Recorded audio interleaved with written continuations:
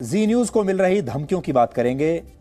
धमकियां मिलने की जो सिलसिला था वो शुरू हुआ और ये सिलसिला हमने पहले सोचा था कि ठीक है, एक दिन में एक दो धमकियां आ गई, लगातार मैसेजेस आ रहे हैं, अब रुक जाएंगे, लेकिन ये रुकने का नाम नहीं ले रही, बल्कि धमकियों की संख्या बढ़ती जा रही है। जब हमने जम्मू से जमीन जिहाद की खबर दिखाई थी तो कल्पना भी नहीं की थी कि यह मामला केरल तक पहुंच जाएगा, केरल में हमारे खिलाफ एफआईआर दर्ज हो जाएगी और फिर यह मामला केरल से पाकिस्तान पहुंच जाएगा। इस कनेक्शन को समझिए, जम्मू केरल, केरल से पाकिस्तान, और अब इसमें हर रोज भारत के नए नए दुश्मन जुड़ रहे हैं, जिससे आपको यह समझ में आएगा कि ये एक ही टीम है। जिहादियों से शुरू हुई बात अब आतंकवादियों और खालिस्तानियों तक पहुंच गई है। पिछले 2 दिनों से हमें पाकिस्तान के नंबरों से लगातार नफरत भरे मैसेजेस आ रहे हैं। इनमें चेतावनियां लिखी हुई हैं और अभद्र भाषा का प्रयोग किया गया है। पिछले 2 दिन से मेरा फोन लगातार बज रहा है और लगातार उसमें पाकिस्तान के नंबरों से कॉल आ रहे हैं। जब फोन उठाते हैं तो ये सारे लोग अभद्र भाषा का प्रयोग करते हैं।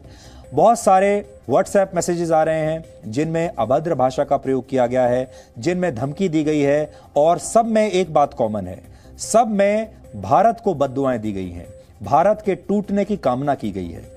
लेकिन आज हमें जो नई धमकी आई है वो आई है यूएई से, जिसमें हमें सच दिखाने के लिए अंजाम भुगतने की धमकी दी गई है और कहा गया है कि जो इंदिरा गांधी के साथ हुआ था और जो जनरल वैद के साथ हुआ था वही तुम्हारे साथ भी होगा। आज यूएई से जो कॉल मुझे आया, असल में ये कॉल नहीं आया, व्हाट्सएप नंबर पर किसी व्यक्ति ने अपना एक ऑडियो रिकॉर्ड करके मुझे भेजा। ये व्यक्ति लगातार एक के बाद एक ऑडियो फाइल्स भेज रहा था और उन सब में धमकियां थीं। तो इसने अपनी धमकी एक ऑडियो फाइल रिकॉर्ड करके व्हाट्सएप के जरिए मुझे भेजी और ये आवाज किसी खालिस्तानी समर्थक की है। इस आतंकवादी ने खुलकर धमकी दी है कि खालिस्तान के आतंकवादियों को मेरे बारे में सब कुछ पता है और इन लोगों ने जो हश्र ऑपरेशन ब्लू स्टार को अंजाम देने वाले जनरल अरुण श्रीधर वैद का किया था, एएस वैद का किया था, जिस तरह से इन्होंने पूर्व प्रधानमंत्री इंदिरा गांधी की हत्या की थी, वही सब कुछ ये लोग अब हमारे साथ भी करेंगे। आगे हम बढ़ेंगे, लेकिन उससे पहले आप ये खतरनाक ऑडियो सुन लीजिए और ये आदमी जिस तरह की खतरनाक बातें कर रहा है वो भी आप सुन लीजिए। हो हाँ भी डी जाने सुना किदा गल सुन जरा ध्यान नाल। सानू आ भी पता है कि तू कित्थे जाने और कित्थे रहने, ठीक है ना, तो सानू तेरे घर का भी पता हैगा, ठीक है, तो तेनू वार्निंग दे रहे हैं, ठीक है ना। जिस तरह जनरल वैद्या नू गड्डी चाढ़िया सी ना, या फिर तुहाडी माँ इंदिरा गांधी नू गड्डी चाढ़िया सी, इसे ने पुत्त तेनू चाढ़ना है, ठीक है ना।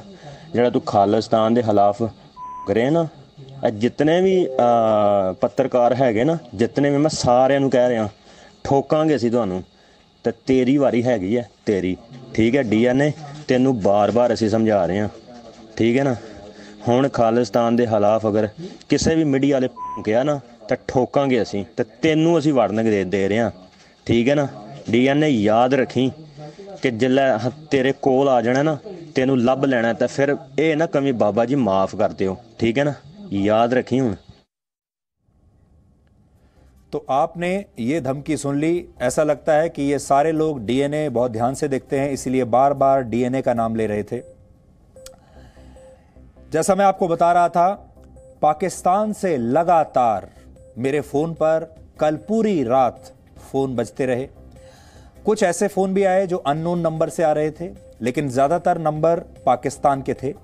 वो लगातार जब फोन उठाते थे तो अभद्र भाषा का प्रयोग करते थे और बड़ी संख्या में ऐसे लोग थे जिन्होंने संदेश भेजे अलग अलग, और उसमें भारत विरोधी सामग्री उन्होंने भेजी है, भारत विरोधी वीडियोस लगातार वो हमें भेज रहे हैं और इसके अलावा मैसेज लिख रहे हैं। उदाहरण के तौर पर मैं आपको एक मैसेज पढ़कर यहां से सुनाना चाहता हूं जो मुझे पाकिस्तान से ही आज आया है। इसमें लिखा है, अभी तो पारी शुरू हुई है, आगे आगे देखो क्या करते हैं हम, अब तो और भी एफआईआर होंगी, अब सुन बता रहा हूं, आई एम वार्निंग यू। ऐसा उसने टूटी फूटी भाषा है, ज़्यादा लगता है जिस आदमी ने लिखा है उसको बहुत ज़्यादा अंग्रेज़ी आती नहीं थी, लेकिन वो ये साफ साफ कह रहा है कि अभी तो पारी शुरू हुई है, अब आगे आगे देखो हम आपके साथ क्या करते हैं, अभी तो और भी FIR होंगी और आई एम वार्निंग यू, ऐसा इसमें लिखा हुआ है। अब सबसे बड़ी बात यह है कि आगे और FIR होंगी, ये कैसे इनको पता चलता है, और ये इन FIRs जो ये हो रही हैं या जो केरल में FIR हुई है उनमें इनकी क्या दिलचस्पी है, क्या ये एक ही टीम है? अब आप जरा ये सोचिए कि असहनशीलता कितनी खतरनाक हो चुकी है, अब ये खतरनाक स्तर पर जा चुकी है। इससे पहले लोकतंत्र में हो सकता था ये विचारधारा की लड़ाई होती है, आप किसी दूसरी विचारधारा से सहमत नहीं हैं, लेकिन ये विचारधारा की जो असहमति होती थी ये इस तरह खूनी रूप नहीं लेती थी, लेकिन अब ये सब कुछ होने लगा है। हमने खबर जम्मू पर दिखाई, FIR केरल में हुई, हमने बात जिहादियों की तो धमकियां पाकिस्तान से आईं और फिर इन्होंने खालिस्तानियों को भी अपने साथ मिला लिया। इन सारी धमकियों में जो एक बात कॉमन है वो ये है कि ये सारे अलगाववादी हैं, सारे आतंकवादी हैं, सारे लोग पाकिस्तान के समर्थक हैं या पाकिस्तान इन्हें समर्थन दे रहा है, और सब के सब भारत के टुकड़े टुकड़े करना चाहते हैं। कोई कश्मीर को तोड़ना चाहता है, कोई खालिस्तान बनाना चाहता है, कोई केरल में अपना अड्डा बनाना चाहता है। खालिस्तानी आतंकवादी की ये बातें आपने सुनी, ये कह रहा है अगर जी न्यूज़ ने खालिस्तान के खिलाफ बोलने की हिम्मत दिखाई तो मुझे कहीं से भी ढूंढ निकालेंगे। अब आप पाकिस्तान के ही एक और नंबर से भेजा गया एक वीडियो देखिए। ये वीडियो एक आतंकवादी ने शूट किया है, उसके हाथ में बंदूक भी है, जिसे देखकर लगता है कि यह आतंकवादी या तो पाकिस्तान में मौजूद है, हो सकता है पाकिस्तान ऑक्यूपाइड कश्मीर में हो, या फिर ये हमारे ही कश्मीर के किसी इलाके से इसने अपना वीडियो शूट किया है। यह आतंकवादी भी ऐसे ही तरह तरह की धमकियां दे रहा है और कह रहा है कि जो कुछ फोन नंबर्स को एक्सपोज करके जो हमने एक्सपोज किए हैं, जो आपको याद होगा हम लगातार आपको नंबर भी बता रहे थे किस किस नंबर से ये धमकियां आ रही हैं, तो ये कह रहा है कि ये नंबर एक्सपोज करके आपने ठीक नहीं किया। इस आतंकवादी का दावा है कि ये इस समय कश्मीर में मौजूद है, ये ऐसा दावा कर रहा है। ये आतंकवादी ये भी कह रहा है कि भारत को कश्मीर से हट जाना होगा, वरना ये लोग उड़ी और पुलवामा से भी ज्यादा बुरा हश्र हमारा करने वाले हैं। और वीडियो देखकर ऐसा लगता है कि ये हंदवाड़ा में हुए एनकाउंटर के बाद का वीडियो है, क्योंकि इसमें ये भारतीय सेना के एक कर्नल की शहादत का जिक्र कर रहा है। अब आप ये वीडियो देखिए और देखिए कि इस आतंकवादी की कितनी हिम्मत बढ़ गई है कि इसने ये वीडियो शूट किया है और फिर हमें भेज भी दिया। डेरे के नंबर दिखा रहा था, उनके सरदारों के नंबर दिखा रहा था। मैं मुख्तसर साहब को बता देता हूँ, अकबर बुट्टी के बेटे शाहजहां बुट्टी ने गज़वा हिंद के लिए, आपको याद होगा, इंशाल्लाह हम तुझे भी वास्ले जन्म करेंगे, जैसे दूसरों को किया ना इंशाल्लाह तुझे भी करेंगे। ये पहले भी हमारी बात सुन ले, हम तुझे बताएंगे लोकेशन किसे कहते हैं। अभी भी हम इंशाल्लाह कश्मीर में मौजूद हैं, ठीक है, हम कश्मीरी मुजाहिद हैं, कश्मीर में ही मौजूद है। हमारी नंबर भी चल रहा है, व्हाट्सअप भी चल रहा है। अगर तुम हमको लोकेशन करना चाहते हो तो कर लो, नहीं तो हम तुम्हें इंशाल्लाह लोकेशन करके वास्ले जन्म करेंगे। सरदार शाहजहां बुट्टी ने 50,000 आदमियों का हाफिज सईद के ऊपर बात की थी, अगर कश्मीर के ऊपर जंग हुई तो 50,000 आदमी दूंगा। अभी तो एक सरदार बलूचिस्तान के लिए ऐलान किया है, तो अभी बाकी सरदार इंशाल्लाह ऐलान करेंगे तो तुम्हारा क्या हाल होगा। इंशाल्लाह हम तुम्हें कहते हैं ये गजवा, ये इधर से दौड़ जाओ, कश्मीर से भाग जाओ, कश्मीर से भाग जाओ, अल्फी उठा लो। इंशाल्लाह हम तुझे भी, तुझसे भी अल्लाह ने चाहा तो तेरी गर्दन उतारेंगे इंशाल्लाह। हम कश्मीर में मौजूद है, कश्मीरी मुजाहिदीन है, तो तुम्हारा बहुत बुरा हाल करेंगे। तो कह रहे हैं कि हम कश्मीर में ही मौजूद हैं, तुम्हारा बहुत बुरा हाल करेंगे, तुम्हारी गर्दन उड़ा देंगे। इसमें हमने थोड़ी एडिटिंग की है क्योंकि इस आतंकवादी ने भारत की सेना के लिए बहुत आपत्तिजनक भाषा का प्रयोग किया था, उस भाषा को हमने यहां से हटा दिया है।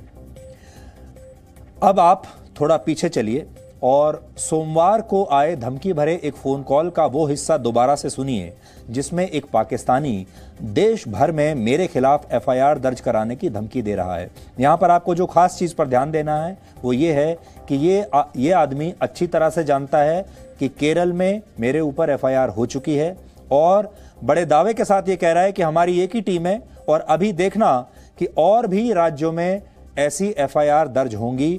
और ख़ास तौर पर इसने पंजाब का नाम लिया है और मुंबई का नाम लिया है और कहा है कि अभी तो बहुत सारी FIR इस देश में तुम्हारे खिलाफ दर्ज होंगी। आप इस आदमी की ये बात सुनिए। मुझे ब्लैकमेल कर लोगे? आपको तो केरला में आपकी एफआईआर कटी हुई है ना बगैर जमानत के केरला में। अब दिल्ली में भी एफआईआर होगी, पंजाब में भी आपके खिलाफ एफआईआर होगी। जो बैठ के आप डीएनए भाषा चलाते हो ना, आवाम को वर्गलाते हो, बेवकूफ बनाते हो ना आप। आपने क्या समझा? ये जो मेरा नंबर है ना, ये सिर्फ एक दिन चलता है, एक दिन। लेकिन तेरा जो नंबर है ना, ये सारी उम्र चलने वाला नंबर है। अभी तू सिबर कर, तेरे साथ तू ऐसे ना इंसान नहीं है। मैंने तुझे इंसान समझा हुआ था, बड़े प्यार से तुझसे बात मैंने की थी। तो क्या करोगे अब? अभी मैं आपको बताऊंगा क्या करूंगा। आपके केरला में आपके खिलाफ एफआईआर लिखी हुई है। जब ये आपने प्रोग्राम किया था, ये जो 3 रुकन वाला मुसलमानों के खिलाफ, ये तुम्हारी टीम केरला में है ना आपके ऊपर एफआईआर? ये तुम्हारी ही टीम है जिसने की है? सर मेरी टीम है, अल्हम्दुलिल्लाह। मुझे बड़ा फख्र है अपनी टीम पे, क्योंकि मेरी टीम बड़े अच्छे तरीके से काम कर रही है। अभी तो सिर्फ केरला में आप पे हुए है ना, फिर अभी तो दिल्ली में भी होगा, बम्बई में भी होगा, अभी तो पंजाब में भी आपके खिलाफ एफआईआर होगा भाई। क्यों? ये आपको कैसे पता कि निकलो यार, अभी आपको तो मुकाबला मेरा खुद करना चाहिए था। ये आपको कैसे पता कि एफआईआर होगी सब जगह? ये लोग एफआईआर करने से पहले आपसे पूछते हैं? सर मैं वो बंदा हूँ, तेरी सोच है, आप लोगों की जहाँ सोच खत्म होती है ना, हमारी सोच वहाँ शुरू होती है।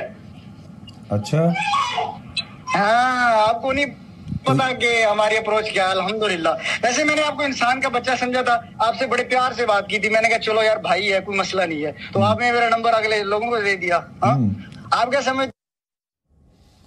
ये इस बात पर नाराज है कि मैंने इसका नंबर सार्वजनिक कर दिया, और ये भी कह रहा है कि आप कहाँ जाते हो, कहाँ रहते हो, कहाँ काम करते हो, हमें सब कुछ पता है। लेकिन जिस बात पर आपको ख़ास ध्यान देना चाहिए वो ये है कि ये आदमी साफ साफ ये कह रहा है कि मुझे मेरी टीम पर फ़ख्र है, और मेरी टीम ने केरल में तुम्हारे खिलाफ एफआईआर कराई है, और अब बाकी जगहों पर भी होगी। दिल्ली में होगी, पंजाब में होगी, मुंबई में होगी, पूरे देश में होगी। ये क्लिप आपको सुनाने का मेरा मकसद सिर्फ ये है कि इस नेक्सस को समझिए, इस गठबंधन को समझने की कोशिश कीजिए। ये एक बहुत बड़ा नेक्सस है। शायद भारत के लोग अभी इस बात को इतनी गंभीरता से नहीं ले रहे। ये बहुत बड़ा गठबंधन है, कई देशों में फैला हुआ है, और सबसे बड़ी बात यह है, ये गठबंधन ये चाहता है कि इस देश में जितनी भी ऐसी आवाज़ें हैं जो इनके खिलाफ खुलकर बोलती हैं, उन सब आवाज़ों को शांत कर देना है, या तो उन्हें इतना डरा देना है कि वो खुद से चुप हो जाएं, और अगर वो चुप नहीं हुई तो फिर उन्हें कुछ ऐसा किया जाए कि वो हमेशा के लिए आवाज़ें शांत हो जाएं। अब ये इस देश को, इस देश की सरकारों को, इस देश को चलाने वाले लोगों को तय करना है कि क्या वो इसी तरह के लोकतंत्र को चलाना चाहते हैं। और जब वो ये कहते हैं कि लोकतंत्र में मीडिया का एक बहुत बड़ा हिस्सा है, जब वो कहते हैं कि लोकतंत्र का चौथा स्तंभ मीडिया होता है और मीडिया दोनों पक्षों की खबर दिखाने के लिए स्वतंत्र होता है, तो क्या वो स्वतंत्रता अब मीडिया के पास बची है? क्या मीडिया खुलकर दोनों तरफ की, दोनों पक्षों की खबर आपको इसके बाद दिखा पाएगा? एक खालिस्तानी, एक आतंकवादी और एक पाकिस्तानी, इन तीनों की बातें सुनने के बाद आप समझ गए होंगे कैसे ये सब लोग एक ही भाषा बोल रहे हैं, एक ही स्क्रिप्ट पढ़ रहे हैं। ये वही स्क्रिप्ट है जिसका इस्तेमाल हमारे देश में बैठा टुकड़े टुकड़े गैंग अक्सर करता रहता है। आपने भी तो देखा होगा, हमारे देश का जो टुकड़े टुकड़े गैंग है वो आतंकवादियों को फांसी से बचाने के लिए सुप्रीम कोर्ट तक जाता है। यही वो गैंग है जो आतंकवादियों को मार दिए जाने पर आंसू बहाता है।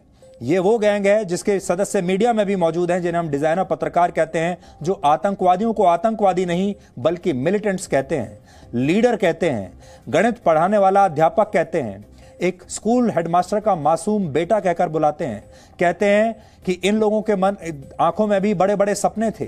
कोई गणित पढ़ाना चाहता था, कोई पेंटर बनना चाहता था, कोई क्रिकेटर बनना चाहता था, कोई एक्टर बनना चाहता था।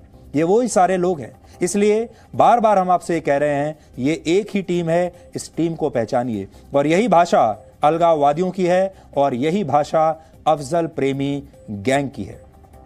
और आपने ये भी देखा होगा, जब से 3-4 दिनों से ये बात शुरू हुई है, जब से केरल में वो एफआईआर दर्ज हुई है, जब से पाकिस्तान से धमकियां आनी शुरू हुई हैं, जब से आज ये नई धमकियां आनी शुरू हुई हैं, ये सारे के सारे लोग बिल्कुल शांत होकर बैठे हैं। एक व्यक्ति अपने घर से बाहर नहीं निकला। किसी व्यक्ति ने एक बार भी ये नहीं कहा कि जो कुछ हो रहा है वो गलत हो रहा है। अगर इनकी टीम में किसी एक व्यक्ति के साथ ऐसा हो जाता किसी डिजाइनर पत्रकार को अगर किसी ने जरा सी धमकी दे दी होती, किसी बुद्धिजीवी के बारे में किसी ने कुछ लिख दिया होता, आपको याद होगा जब अर्बन नक्सल्स को, बहुत सारे ऐसे लोगों को गिरफ्तार किया गया था, तो इन लोगों ने कितना शोर मचाया था, सुप्रीम कोर्ट तक चले गए थे। आपको याद होगा आतंकवादियों को बचाने के लिए ये सुप्रीम कोर्ट तक चले गए थे। लेकिन अब आप खुद सोचिए, क्या पिछले कई दिनों से आपने इनमें से एक भी व्यक्ति की आवाज सुनी है? भारत में जो लोग जी न्यूज और मेरे खिलाफ देश भर में एफआईआर दर्ज कराना चाहते हैं, वो भी जाकिर नाइक के इसी मॉडल पर काम कर रहे हैं। इन लोगों के निशाने पर वो गैर मुस्लिम हैं जो जिहाद के खिलाफ बोलने की हिम्मत रखते हैं, जो इस्लाम की उस गलत परिभाषा पर सवाल उठाते हैं जिसके दम पर नफरत फैलाई जा रही है। ये सारे लोग नहीं चाहते कि कोई भी सच बोलने का साहस अब इस देश में, जिसे आप लोकतांत्रिक देश कहते हैं, यहां कोई दिखा पाए। हमें मिल रही धमकियों का ये सिलसिला इसी का इशारा है, लेकिन हम इन धमकियों से डरेंगे नहीं। इसी तरह बिना झुके, बिना डरे आपको वो सच दिखाते रहेंगे जिसे जानना इस देश के भविष्य के लिए बहुत जरूरी है, और ये सच जानना आपका अधिकार भी है, और ये सच आपको जरूर मिलेगा।